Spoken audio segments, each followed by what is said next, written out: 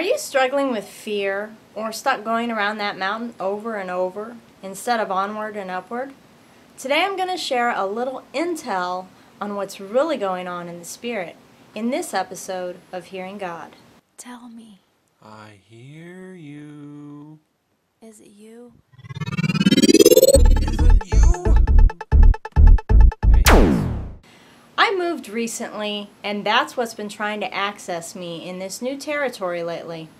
This is something I already dealt with before, but being in a new locale, all the same stuff I overcame, it's the like-minded or like-assigned spirits assault all over again. And they are losing the battle all over again, because my name just isn't known as well in hell yet, but they are on the path to learning it for sure.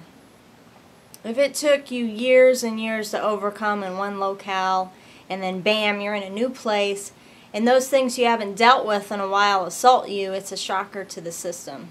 So you really need to get a grip fast and war and put these beneath you so you can pick back up where you left off in spiritual dominion. I want to share a bit about how the demonic begins by waging war in the night. Everyone is different. Some war more during the day. Some see more into the spirit. As for me, nighttime has been my time to really let Jesus shine. So some of the first attacks you'll encounter are the ones that deal with anything fleshly. Incubus and Succubus, which are the sexual demons, try to access first. I find that those demons always appeared to me wrapped in sheets. Now understand this, after such an attack I would wake up and bind it and cast it to the pit. So on the enemy's front, essentially one of their frontliners came up MIA, or missing in action. In my experience, frontliners are pretty expendable. It seems like they wait for 2 or 3 of this level to come up missing in action before they bump it up a notch. So the next level after that is a very violent one, and many people shirk back because it's one that really targets fear. They're the ones that paralyze you or jump on you and repress you. If this is a terror to you, you need to get out the Word and start devouring anything you can that promises the Lord's hand and protection upon you. And build up your faith. If you want to go onward with God, you have to believe you are in His hands. You are either going to do this and go on to higher dominions of takedown, or these attacks will persist unless you wimp out and go crawl under a rock or go into a church sandbox and let the devil get you to believe that that love feeling is what you need, and that social as opposed to spiritual issues and fruits of wickedness are what to target instead of the roots. So these are ways the spirit of religion will tap you off and keep you from the keys to the kingdom. So then if you make it past the violence and the fear, you'll encounter what I like to call the team. This is a group of maybe 15 or so that set up in your dreams like a movie set, and they watch what you do. And they're more skilled. They're able to veil themselves, you know, more sophisticatedly. It's not like they're wrapped in sheets.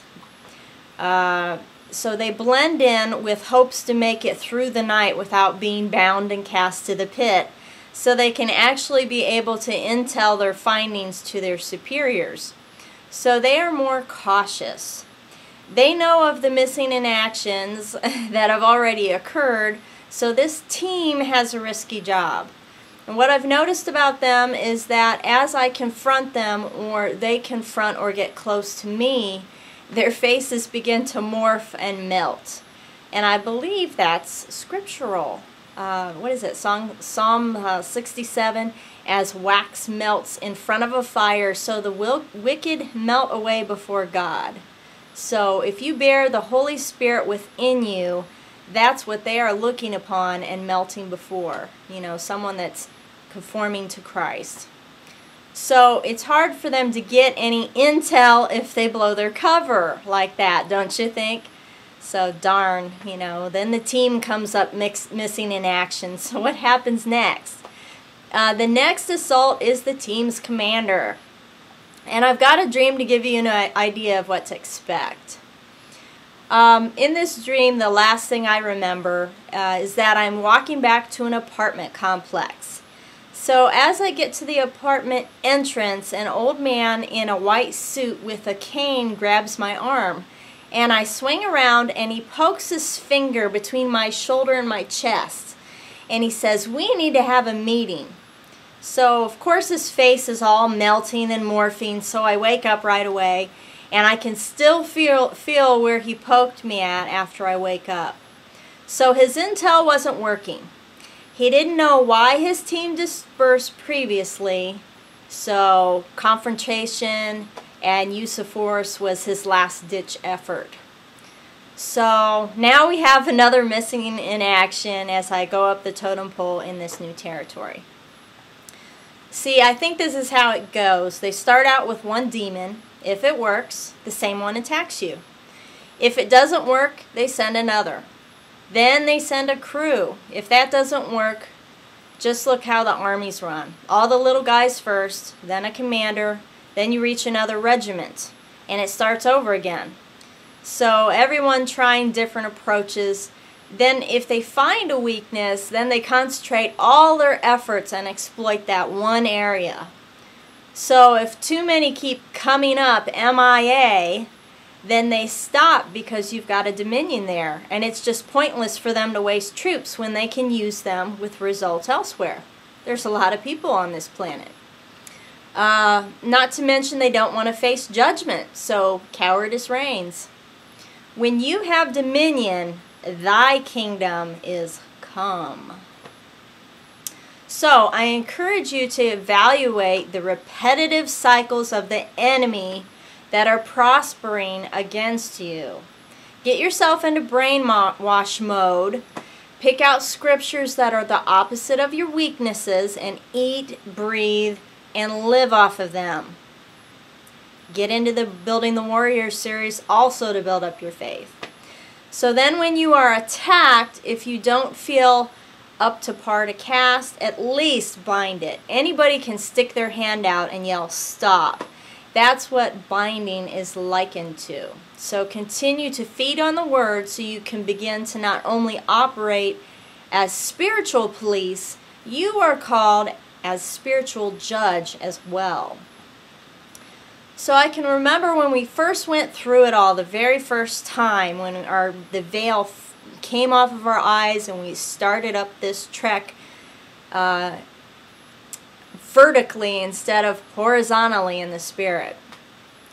So we were playing the prophetic assault team music throughout the night, praying before bed in hopes I was nipping the bud before it even happened, only to wake in the morning being ravished by an attack. So, being a bit mad and saying, "Why? I forbade it to happen. I took authority over it, God, just like you told me to. And it happened anyways. Wah, that's not fair. I'm your kid. I shouldn't have to go through this crap, God." Wrong. Wrong attitude. Baby attitude. Not standing in the gap attitude. Forgetting what Jesus did, we have to do too attitude.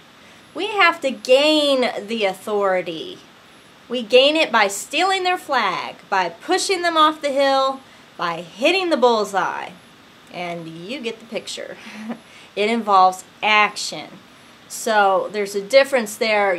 I thought by saying it and by doing all the right things that it was happening. No, you have to encounter the warfare, and that's where the action takes place. So when you truly believe it, you advance higher with the next round of challenges. But on the same token, you have more giftings and a reward for being a good and faithful servant. I can't stress enough that when you wake up from these attacks, you don't roll over and just do nothing. Bind it up immediately, cast it to the pit. You saw it, therefore you have authority over it. If you don't do anything, what's it going to do? You know, you need to be on the offensive. If you're not operating as a judge, you're not helping the next person these demons are going to go after if you just let them free. Personally, I bind them with chains and locks that can never be released again because, hey, there's someone out there that has the key to the bottomless pit. And I've just decided, you know what? They're not letting out what I cram in. So, in the daytime, you're not always going to feel all warm and fuzzy. You know, the obstacles will come.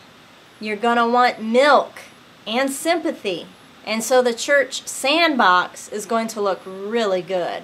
Your flesh is going to be, or is now tried, by wanting those emotional comforts. You know, that soft padded pew for your kicked butt.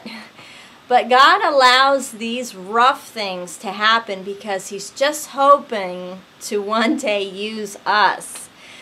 Will we therefore stand?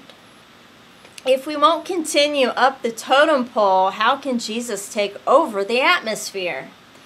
How many warriors does it take to meet Him in the clouds? And this isn't a light bulb joke, folks. The answer is till neither was their place or Satan's crew found any more in heaven.